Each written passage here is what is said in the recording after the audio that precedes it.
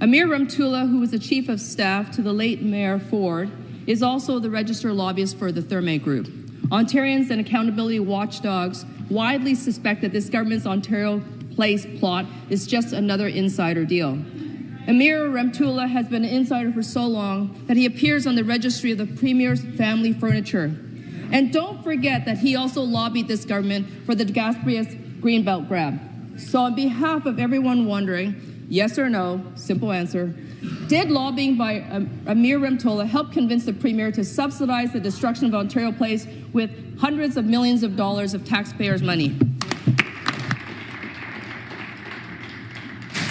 To reply, the parliamentary assistant and member for Brampton West.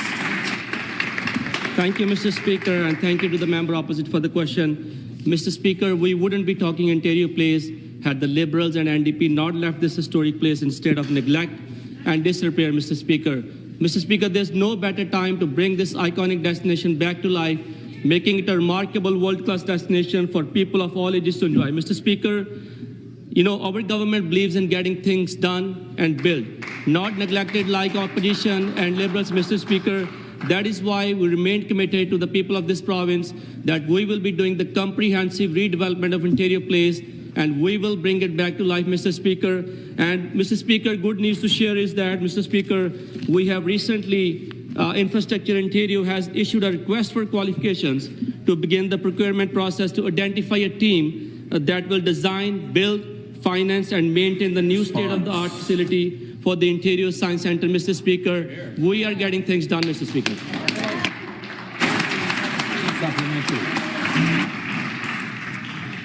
Speaker, this government's transparency on this issue is as thick as fog. But as a former Toronto City Councillor, I want to ask the Premier a question which I know that he knows the answer to. When I look at the Therme's Ontario Place plan, I cannot get over that the business model is flawed, something we've seen before. It reminds me of another bad plan about reckless development on the waterfront. When Amir Ramtula worked for then Mayor Ford, there was a nonsensical plan to build a downtown casino at Ontario Place. Building a downtown mega casino was championed by the mayor and his brother, now the Premier. Once Ontario Place is rezoned for commercial and entertainment uses, there's little that anyone can do to stop them from flipping the land lease for another use, perhaps a casino operator. What does this government really hope to see happen on Ontario Place when Therme spa deals fall apart? Member for Brampton West. Mr. Speaker, we have been transparent and open to public when it comes to the future of Ontario Place. And the fact is that we have hosted extensive public consultations. And I'm pleased to share with the House, Mr. Speaker, that over 9,200 people participated in the consultation to share their inputs and ideas on the future of Ontario Place. Mr. Speaker, we believe that the government has done its due diligence, and now is the time to bring this iconic destination back to life, unlike Liberals and NDP, Mr. Speaker, who neglected this place. Mr. Speaker, Ontario Place has a special spot in the hearts and minds of the people of this province, and people only trust this government because this government is building infrastructure, not only building hospitals, schools, Highway 413, Mr. Speaker. We are bringing remarkable destinations and historic places like Ontario Place and Science Centre back to life. Thank you, Mr. Speaker. Thank you very much. The next question, the member for Newmarket, Aurora. Thank you, Speaker, and my question is for the Associate Minister of Small Business. Small businesses are the backbone of our economy, employing millions of workers across various sectors. I am proud to be part of a government that has the backs of business owners and stands to support them every step of the way.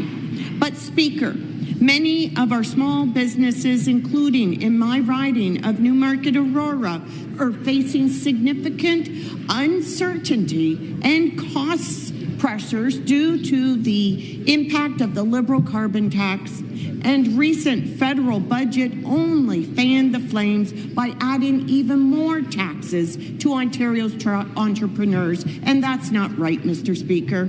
Speaker, through you, can the Associate Minister please tell the House what small business owners across Ontario have to say about the costly Liberal carbon tax? The Associate Minister of Small Business. Thank Thank you, Speaker, and thank you to the great member from Newmarket, Aurora, for the question. Speaker, I've taken part in roundtables with entrepreneurs and small businesses owners across this province, and I can say with certainty that the concerns they've expressed about the federal carbon tax is deeply troubling. Speaker, it's disappointing to see that the recent federal budget did not take meaningful action to address all of these concerns. Instead, the Liberals have added additional taxes, which only compounded the challenges these small businesses are facing.